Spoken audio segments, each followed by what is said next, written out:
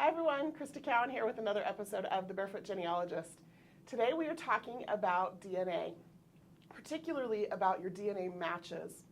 AncestryDNA has been going on for about 3 years now. We have managed to collect samples from 850,000 of you or more, and that means that a lot of you are getting cousin matches. Tons of fourth and fifth and sixth cousins. Some of you are seeing some of those second and third cousins you might not have known about.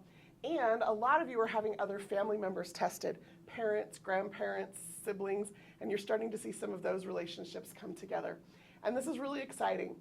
Everybody takes genealogy or takes AncestryDNA testing for a different reason. Some people take it just for the ethnicity. Some people are taking it looking for biological family. Some people are taking the AncestryDNA test to prove their research paper trail or to help break through some of those genealogical brick walls. That's really great, and all of those reasons are valid reasons. But what we're seeing now, with so many of you in the database and a lot of you contacting us and having us help work through some of these matches, is that we're seeing some surprises. DNA doesn't lie, and paper trails sometimes do, and people sometimes do. And so what's happening is, as we're diving into our matches, some of us are getting surprises that are a little close to home. And so that's what I want to talk about today, is how to handle the unexpected when you are looking at your cousin match list with AncestryDNA. First, we're going to talk about what some of those close relationships are going to look like on your DNA match list. Then I want to talk about some communication, ways to communicate better with your matches to help handle these situations a little bit better. Like I said, we get people all the time coming to us. I'll share some anecdotal experiences with you of ways in which we've dealt with this, but this is not uncommon. So if you've had a surprise in your DNA results, just know that there are new surprises every day that we're dealing with here with people and their AncestryDNA matches. So let's go ahead and dive in. First, let's talk about the different kinds of relationships that you're going to see show up in that close range on AncestryDNA. The first one is a parent-child relationship. So I had both of my parents tested. They both showed up on the parent-child portion of my match list. If I go into their results, I also show up in the parent-child portion of their results. So it's either a parent or a child if they show up in that list. Now, for some of you, this may be a surprise. And even if you think you know who both of your parents are, we have circumstances come up where somebody shows up as a parent and they thought they knew who both their parents were, and the fact of the matter is somebody wasn't entirely truthful or may not have even known for sure the parentage of that child. And so you get a surprise. For men, we have child surprises.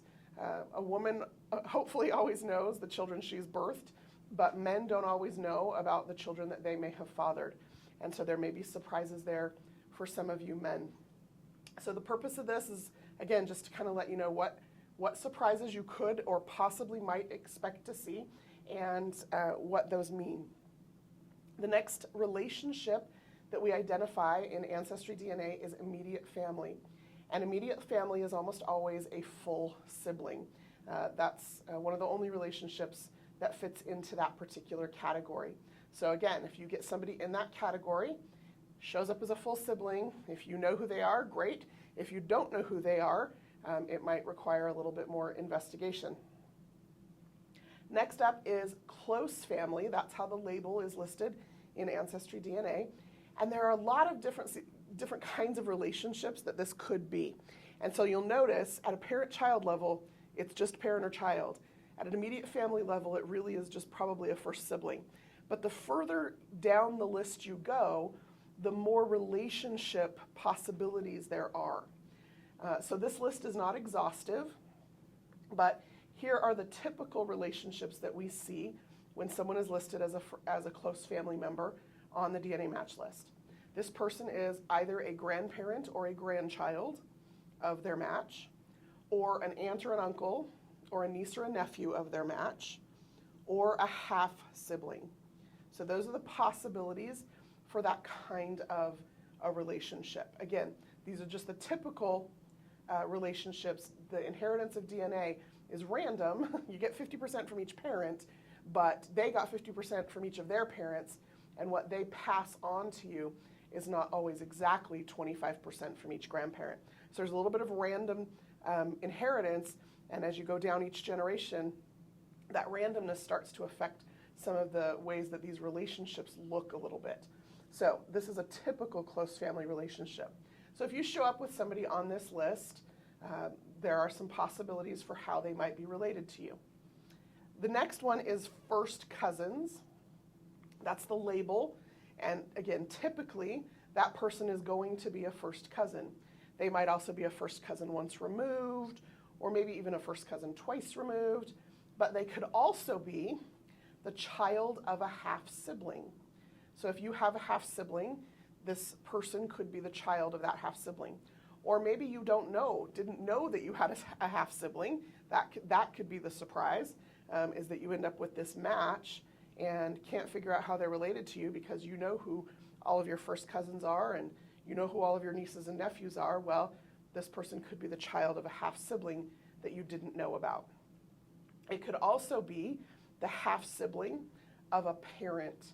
So again, you may or may not be aware, your parent may or may not be aware that they had a half-sibling, older or younger, and that person could show up as a first cousin match to you based on the amount of DNA that you share with this person. So again, I'm just going to reiterate again the fact that these are typical. This is not an exhaustive list in this close family or first cousin range. Some of these can move back and forth between these two categories depending on how much DNA you happened to inherit from the common ancestor and how much DNA you share with this match. But this is the typical relationships that we're going to find in these categories on AncestryDNA.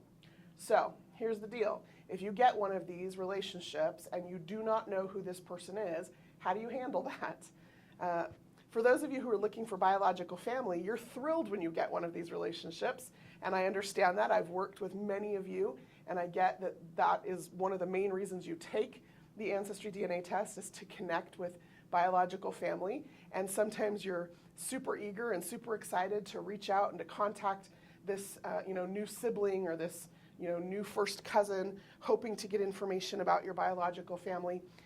But I would just caution you who are looking for biological family to remember that on the other side of this equation is not just your DNA match, but an entire family of people to whom this may come as a huge shock. And so temper your maybe your responses and your communication with them with that in mind. And today I just want to focus mostly on the side of the person who might be shocked by these results or might be surprised by these results, and how you might handle it. Just some best practices we've seen from people who have been dealing with this and who have dealt with some of these things. First of all, you need to know that DNA doesn't lie. We have a circumstance where a woman took the DNA test, came up with a half-sibling match, and she was an only child, and so she had her parents tested, and this person came up as a parent-child relationship to her father. And she immediately assumed that we had made some mistake somewhere. We had to have, because she was an only child. She had to talk to her father. Her father claimed he never fathered any other children. But again, the reality is DNA doesn't lie. And as they started looking into this a little bit more, as they reached out and contacted this new sister, this new daughter, come to find out she knew who her biological mother was, and it had been the high school girlfriend of this man. And so he had not even known he had fathered a child. The woman had kept her pregnancy to herself, gone through the pregnancy, given the child up for adoption, all without ever informing him that he had a child. And so in this circumstance, there was a wonderful reunion. The father was thrilled to have another daughter. The woman was thrilled to have a sister. And in my experience, 9 times out of 10, that's usually the reaction in some of these cases. But that initial reaction is, there's got to be something wrong. And so let me just let you know that the DNA doesn't lie. The other thing you need to understand is what the relationship possibilities are, and that's what I just went through on the previous screen. At a parent-child relationship, that is the only possible relationship. As I said, as you get further down that scale, the relationships become a little fuzzier. And so somebody could be a first cousin, meaning they are the child of one of your aunts or uncles, and you may or may not be aware that your aunt or uncle had a child. That relationship could be first cousin once removed, so it could be the child of your first cousin, or it could be a niece. So you have to start thinking about all the different possible relationships so that as you look at your family tree to decide where this person might fit in, that you have accounted for all the possibilities, that you haven't left any possibility out, and also that you haven't, on the other end of that spectrum, jumped to too quick of a conclusion. So just understand those. You also need to recognize that it could be from either side of your tree. We get this question every single week, it seems, where people don't quite understand how autosomal DNA works. When you take the AncestryDNA test, we are looking at your entire autosome, which is the 22 pairs of chromosomes that make up your DNA, exclusive of the 23rd pair, which is your sex chromosome. So we're looking at all of your DNA, essentially, and that DNA was inherited half from your father and half from your mother. And so what you're looking at in your matches are both paternal and maternal matches. And this match could come from either side of your tree. The fastest way to make a determination about which side of your tree this match comes from is to have one or both of your parents tested if they are still available for testing, or a grandparent, or an aunt or an uncle. When we're talking about these close relationships, it is almost certain that somebody in your close family circle is also going to come up as a match to that person if they're from that particular side of the family tree. So testing additional family members and having their tests available to you to review, to look for some of these surprises, might help you narrow down which side of the tree that could come from. The next step, after you've kind of gotten over the initial shock and looked at the possibilities and maybe decided where in your tree this person could fit in, is to look at your matches tree. There are some scenarios available here. A lot of matches have private trees for various reasons, particularly those who are looking for biological family. A lot of times they will have a private tree because they don't know who their biological family is. And so the trees that they're building are sometimes speculative. They're trying out different things, different surnames, different locations, trying to see how the tools can help them figure out that connection. And we encourage them, rightly so, to keep those particular trees private. So if your matches tree is private, just send them a message. Be willing to reach out and communicate with them and say, I noticed you have a private tree. You came up as a first cousin match to me. I'm not sure how you fit into the family. I'd love to see your tree. Would you be willing to share that? A simple message like that opens the door to communication and lets you know what they know about their family history.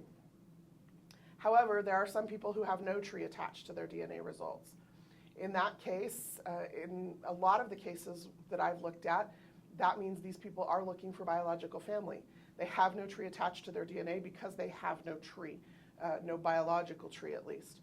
So recognize that that could be the reason why one of these close matches does not have a tree.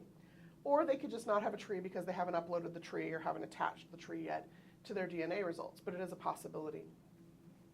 If you look at their tree and they only have half a tree, and I've seen those, right, where it's just mom's side of the family or just dad's side of the family, click on the username for your match, and it will take you to their Ancestry profile. And on their profile page, you can see if they have multiple trees that they've elected to have public. If they have multiple trees, it could just be that they created a tree for dad's side and a tree for mom's side, or a tree for each of the 4 grandparents. I'm not a fan of that. I'm a fan of one tree because I personally want to be able to see all of my ancestry in singular view, but also because of DNA. Because with DNA, you can only attach a test to one tree at a time. And if I've got my ancestry spread across multiple trees, it's going to be more difficult for me to determine how my matches fit into my tree. It's also going to be really difficult for my matches to be able to determine how we connect. And so If they only have half a tree, check the account, see if they have multiple trees. If they don't have multiple trees, it again could be a clue that they are looking for biological family, that they only know who their biological mother is and this is her tree, and they have no idea who their biological father is and that's what they're looking for. So that is a possibility. If they have a full tree, and I have seen this as well, if they have a full tree and they come up as a first cousin to you and nothing matches, none of the names in their tree match, none of the names in your tree match, it could be any one of a number of scenarios, but here again are some things to think about. It could be that they're adopted, that they know that they're adopted, but that they built their tree based on their adoptive parents' family history. And when they bought the DNA test, it just didn't even occur to them as they attached their DNA test to their tree, to themselves and their tree, that that was not representative of their biological tree. It could be, and I've seen this as well, that they don't know that the parents they have in their tree might not be their biological parents. Maybe they don't know they're adopted. That is certainly the case. Even still today that occurs. It could be that their father is not really their father and they didn't know that. Lots of different scenarios there. We call that misattributed parentage. Or, and this is something else to consider, it could be that you have misattributed parentage in your tree. And that is sometimes a little bit harder pill to swallow. When we get some of these surprises, it's really easy to think, oh, well, this is because somebody else's tree is wrong or somebody else is looking for biological family. But you need to be open to the possibility that maybe you're the one that has the misattributed parentage in your tree. One of the clues to that is to look at some of your other close matches. Again, the fastest way to resolve that is to have parents tested. But if your parents are not available, do you have an aunt or an uncle on either side of your family that you could have tested? Or a first cousin on either side of your family that you could have tested? That will very quickly let you know whether or not the parents that you have identified as your parents are actually your parents. Now, it gets a little trickier, of course, as you go back to the grandparents and great-grandparents generation, which is where you're going to see some of those second and third cousin matches show up. But again, having some additional cousins tested will help make sure that your paper trail and the information you've been given by your family is accurate. Once you've verified that, then you know that the misattributed parentage is likely in the tree of your match. So let's talk about communicating with some of these surprises in our tree. One of the things that I've discovered is that those who are looking for biological family and who took the AncestryDNA test specifically with the intention of finding biological family are very eager. They very often, as soon as a close family match or an immediate family match pops up, they're sending you messages. And so I would encourage you to check your messages. Your messages are going to show up in the little envelope icon in the top right-hand side of your Ancestry homepage. Click on that, see if you have messages from any of these close matches. Very often they will give you the information that you need to know a little bit about their circumstance and to help narrow down the possibilities of where they might fit in your tree. Recognize that they are very eager. And so sometimes you may go into your account if you haven't been into it for a while, and you may discover 3 or 4 messages from them. You may discover messages from total strangers who are helping them. There are a lot of adoptee groups and genetic genealogy groups on Facebook and other places where there are search angels who volunteer to assist those looking for biological family. And sometimes they just insert themselves right into the process and start sending out messages to users. And so recognize you may have a whole bunch of messages. Some of them might even come across a little bit aggressive, especially if they haven't heard from you in a while. I would encourage you to be kind and to just recognize, give them the benefit of the doubt and recognize that they have no paper trail. They have no information about their family history, and this DNA test is what all their hope is riding on to be able to understand more about their heritage. And so to have a close family match pop up, somebody that could be an aunt or an uncle, somebody that could be a first cousin, somebody that could be a half sibling, that's really exciting to them. And there are a lot of emotions involved in that.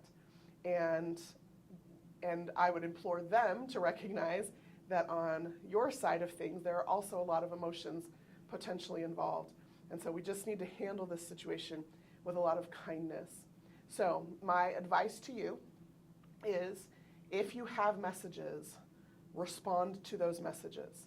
Now, if you're not ready to deal with the situation, if you're not yet ready to figure out if your mother gave away a baby as a teenager, or if you're not yet ready to deal with the fact that you might have a first cousin out there that you didn't know about, if you're not ready to deal with that yet, that's okay. You can send a message and you can ask for more information. You can ask for time to deal with the situation or to figure it out. But respond, please. Just recognize that these people are very anxious and also recognize that they're also very resourceful. And sometimes they have, like I said, these search angels and groups of people who are helping them. And with the public records available in the world today, with Facebook and some of the social media resources available, if you do not respond, they very well may go around you. They very well may figure out the connection anyway and start contacting other family members. And since you were the one who took the DNA test and the genetic matches to you, you might want to insert yourself in that process and help control the story, control the messaging, help serve as an intermediary to some of your family members and the emotions that might come out because of this. And the best way to do that is just to respond, to just let them know that you're willing to work with them, and then to ask for what you need in order to deal with the circumstances. The next step, after you've responded to any outstanding messages from these matches, is to talk to your family members. It's very possible that somebody may know. Maybe your aunt knows that your mother gave a baby up when she was a teenager. Or maybe your mother knows that her brother had been married before and had a child, and then they divorced when that child was young, and he allowed his ex-wife's subsequent husband to adopt that child. Maybe this information is already known in your family. And so see what they know, and let them know that this story could come out, that this information could come out. If it's something that they've hidden or that they've been shameful about, you need to let them know to prepare them that this information will come out. If it's something that they're going to be thrilled about, that's great too. You can prepare them for that, to let them know that, hey, you know what, you had a child, or you have a sister that we just found, and prepare them for that as well. Also be aware that it's possible more DNA testing might be required for proof. So top of mind right now is a circumstance that I was just working on, where a woman came back with a first cousin match, and her grandparents matched this individual, and so that means that one of her uncles is most likely the father, the biological father of this individual. Well, she has several uncles, and how do you know which uncle it is? And the uncles might not even know which uncle it is. And so she's going to have her mother approach these uncles and ask if they would be willing to be tested so that they can figure out which one of them is the father. And the thing is that if you've only got two options, even if one doesn't agree to test and the other does, you still will have your answer. And that's the beauty of DNA, is that sometimes we have to make the negative evidence work for us just as much as the positive evidence as we work through some of these scenarios. But talk to your family. Again, let them know that this information is going to come out, prepare them for that, and then see who's willing to be involved to help finally solve the particular mystery. And just recognize that you, because you chose to take a DNA test, you play a key role in this process. For whatever reason you chose to take the DNA test, you have some interest in your family and some interest in your family history, and recognize that this experience can be life-changing for the people that are involved. And it's not just the person looking for biological family that is experiencing strong emotions. It can also be the woman who just discovered that she had a grandchild she never knew about, or the man who just discovered that he had a child he never knew about, or the woman who just discovered that she had a sister she never knew about. All of that can be a really emotional situation. And if you're the parent or child, or you're the sibling, you're right in the thick of it. But if you're that first cousin or that niece who figures it out, you become the gatekeeper almost for those other family members. You took this test, but you carry pieces of all of your family in you, in your DNA. And we all do. We all carry pieces of each other around with us, and we need to maybe be a little bit more careful and a lot more kind with how we handle our interactions with each other. And AncestryDNA is becoming an arena where the necessity of that care and that kindness is becoming more and more evident. It's also becoming a place where there's some amazing, joyful, wonderful reunions happening every day, every single day, with people who are taking some of these unexpected things that they're discovering and finally telling the whole family story, finally recognizing and embracing all of the members of their tribe. Well, that is all I have prepared for you today. I would like to keep the discussion going about this, and so as this video gets posted on YouTube, I hope you'll make comments. I would love to know what surprises you've discovered in your family tree, through AncestryDNA, how you've handled it, maybe how you wish you'd handled it better. But I think that there's experience and insight that we can give each other, because we're just going to keep seeing some of these things happen, I think. So that's all I have prepared for you today. Until next time, this is Crista Cowan. Have fun climbing your family tree.